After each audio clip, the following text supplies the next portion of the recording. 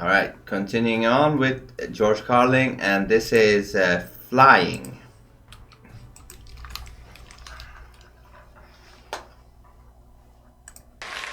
Something else we have in common, flying on the airlines and listening to the airlines' announcements and trying to pretend to ourselves that the language they're using is really English. Why is it called airlines? Yeah. Trying to pretend to ourselves that the language they're using is really English. Doesn't seem like it to me. Whole thing starts when you get to the gate. First announcement. We would like to begin the boarding process. Extra word, process. Not necessary. Boarding is enough. We'd like to begin the boarding. Simple, right. Tells the story. People add extra words when they want things to sound more important than they really are. Boarding process. Sounds important. It isn't. Right? Yeah. It's just people boarding. Yeah. Some walking human flesh boarding an object. When they add the process, it sounds more like a factory. You yeah. go in and then you get out. It sounds technical. Yeah. It's a process. You can't just board. Yeah. It's a process to boarding. Process. Sounds important.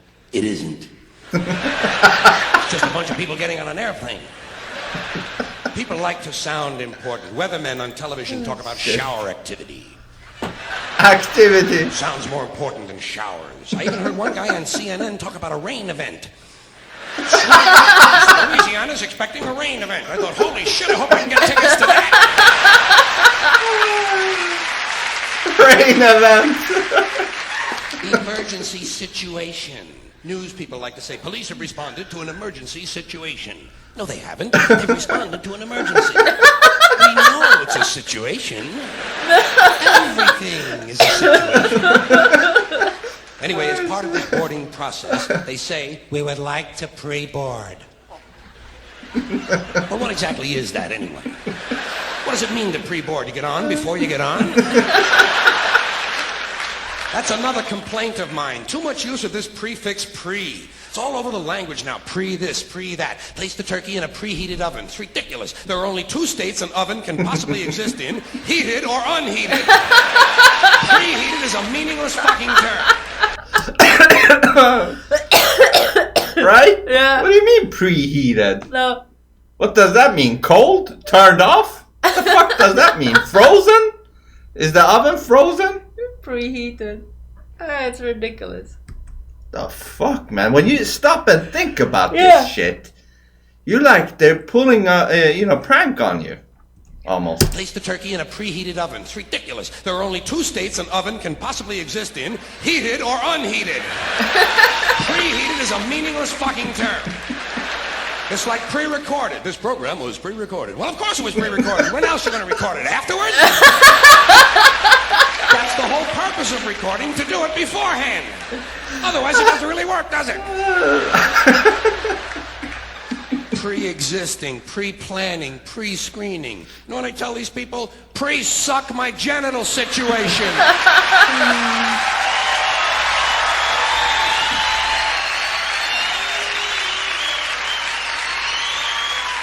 And they seem to understand what I'm talking about.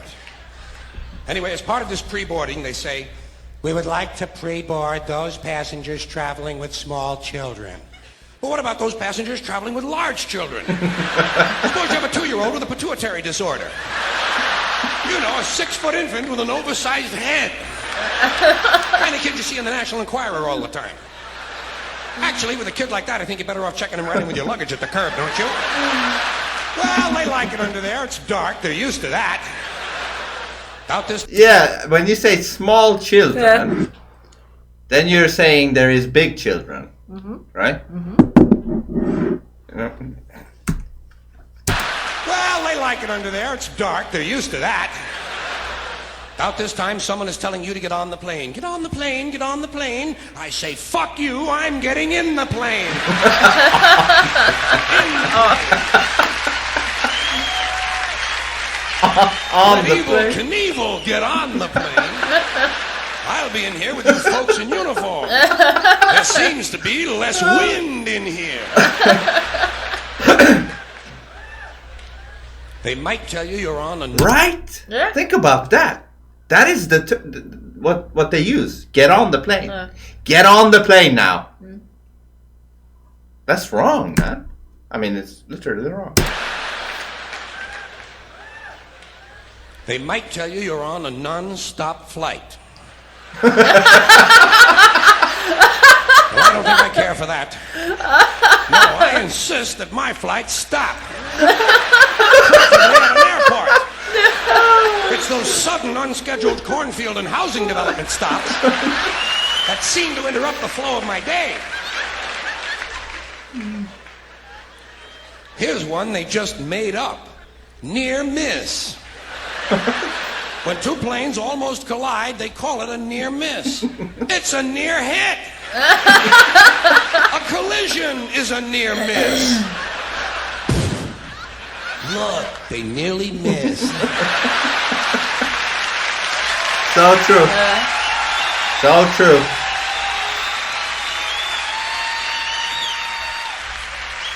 Yes, but not quite. They might tell you your flight has been delayed because of a change of equipment. Broken plane. Tell me to put my seat back forward. But I don't bend that way. If I could put my seat back forward, I'd be in porno movies. Then they mentioned carry-on luggage. First time I heard carry-on, I thought they were going to bring a dead deer on board. I thought, what the hell do they mean with that? Don't they have the little TV dinners anymore? Then I thought, carry on, there's going to be a party. People are going to be carrying on the plane. Well, I don't care for that. I like a serious attitude on the plane, especially on the flight deck, which is the latest euphemism for cockpit. Can't imagine why they wouldn't want to use a lovely word like cockpit, can you? Yeah, I've thought of that Especially with all before. those stewardesses going in and out of it all the time. So now all of a sudden it's okay to say cock. You know, Exactly. in public. Word like cockpit, can you? Especially with all those stewardesses going in and out of it all the time.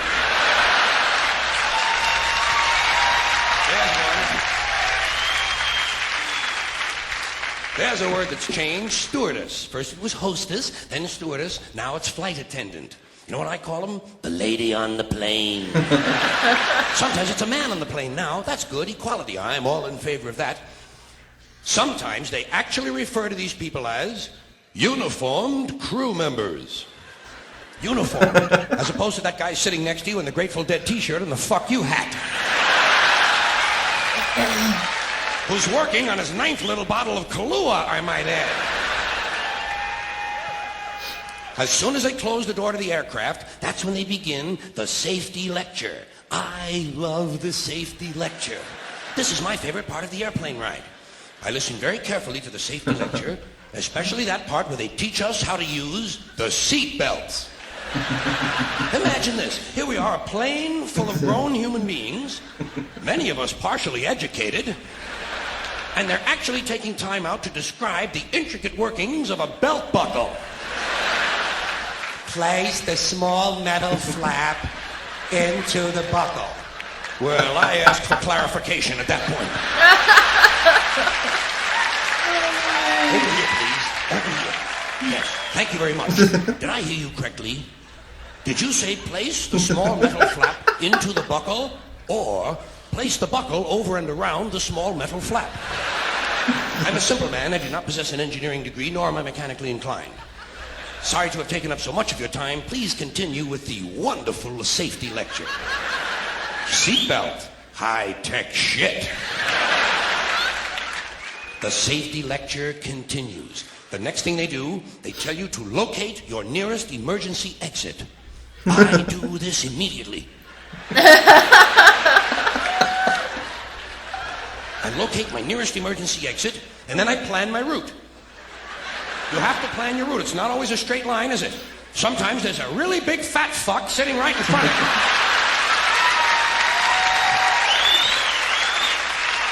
Well, you know you'll never get over him. I look around for women and children, midgets and dwarfs, cripples, war widows, paralyzed veterans, people with broken legs, anybody who looks like they can't move too well. The emotionally disturbed come in very handy at a time like this. You might have to go out of your way to find these people, but you'll get out of the plane a lot goddamn quicker, believe me. I say, let's see. I'll go around the fat fuck, step on the widow's head, push those children out of the way, knock down the paralyzed midget, and get out of the plane where I can help others.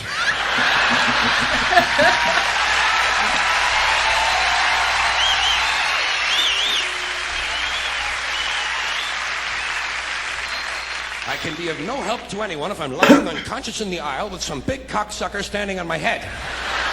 I must get out of the plane, go to a nearby farmhouse, have a Dr. Pepper, and call the police. The safety lecture continues.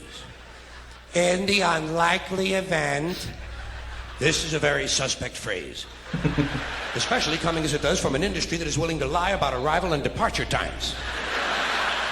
In the unlikely event of a sudden change in cabin pressure, roof flies off. An oxygen mask will drop down in front of you. Place the mask over your face and breathe normally. Well, I have no problem with that. I always breathe normally when I'm in a 600-mile-an-hour uncontrolled vertical dive. I also shit normally. Right in my pants!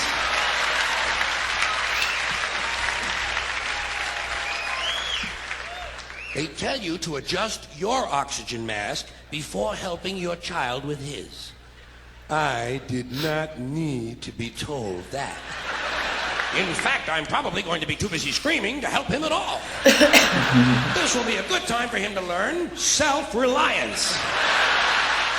If he can program his fucking VCR, he can goddamn jolly well learn to adjust an oxygen mask.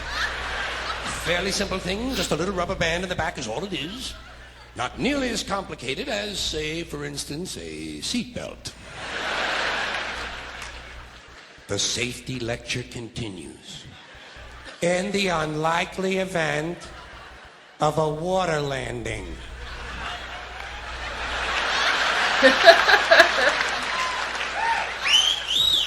Well, what exactly is a water landing?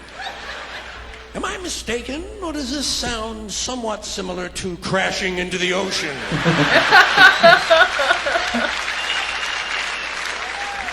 Your seat cushion can be used as a flotation device. Well, imagine that. My seat cushion. Just what I need to float around the North Atlantic for several days, clinging to a pillow full of beer farts.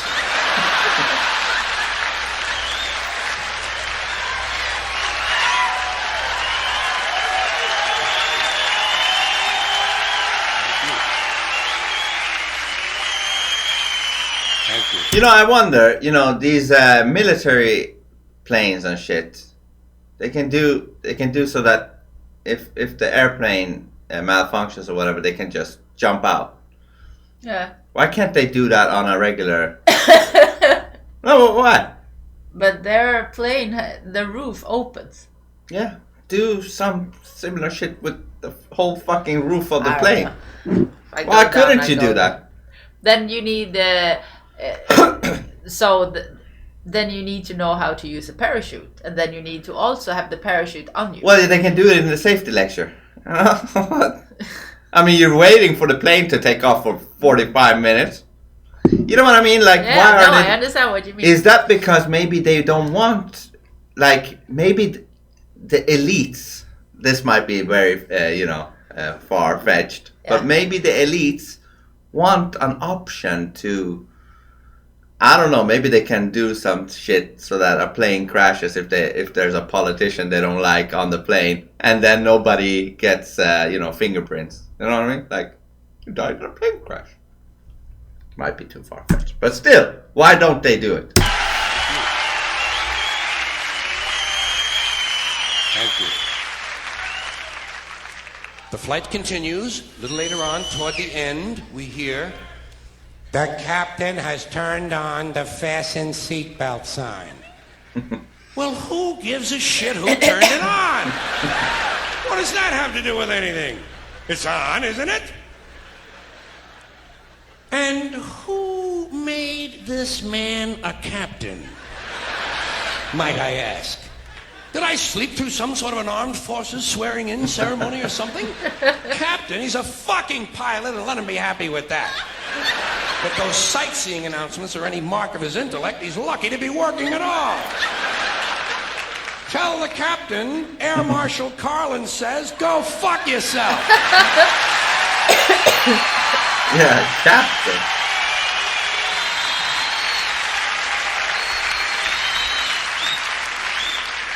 The next sentence I hear is full of things that piss me off. Before leaving the aircraft, please check around your immediate seating area for any personal belongings you might have brought on board. Well, let's start with immediate seating area.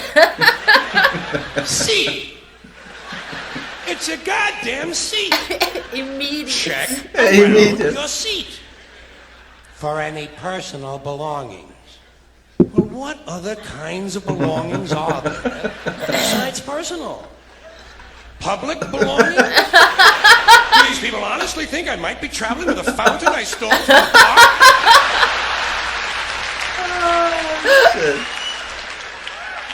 You might have brought on board. Well, I might have brought my arrowhead collection. I didn't. I'm going to look for things I brought on board. It seemed to enhance the likelihood of my finding something, wouldn't you say? What is my Tell me to tab? return my seat back and tray table to their original upright positions? Fine. Who's going to return this guy in the Grateful Dead t-shirt and the fuck you hat to his original upright position? About this time, they tell you you'll be landing shortly.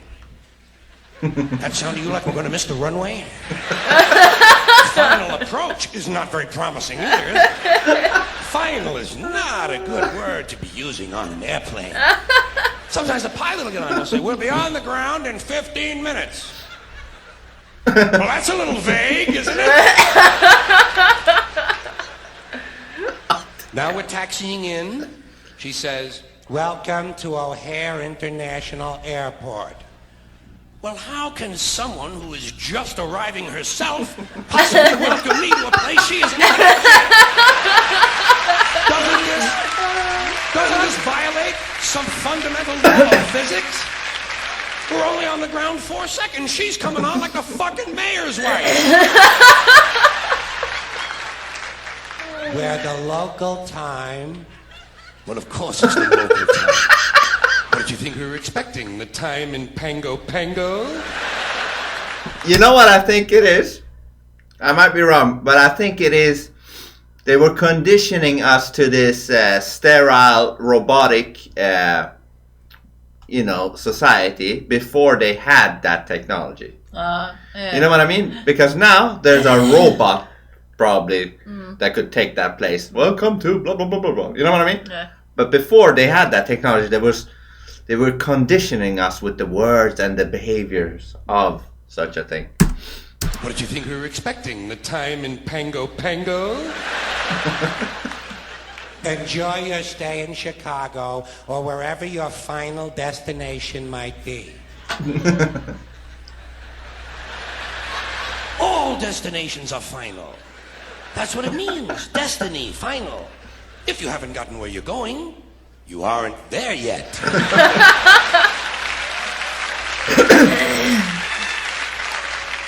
The captain has asked. More shit from the bogus captain. You know, for someone who's supposed to be flying an airplane, he's taking a mighty big interest in what I'm doing back here. That you remain seated until he has brought the aircraft to a complete stop. Not a partial stop. Because during a partial stop, I partially get up. Continue to observe the no smoking sign until well inside the terminal. It's physically impossible to observe the no smoking sign, even if you're standing just outside the door of the airplane. Much less well inside the terminal. You can't even see the fucking planes from well inside the terminal.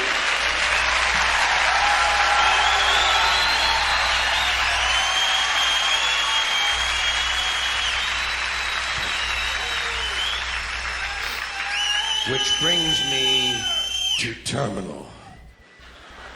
Another unfortunate word to be used in association with air travel. Terminal. Yeah. And they use it all over the airport, don't they? Somehow I just can't get hungry at a place called the Terminal Snack Bar. But if you've ever eaten there, you know it is an appropriate name.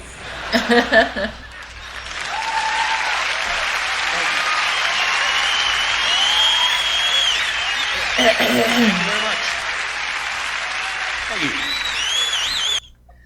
Yeah, that was great.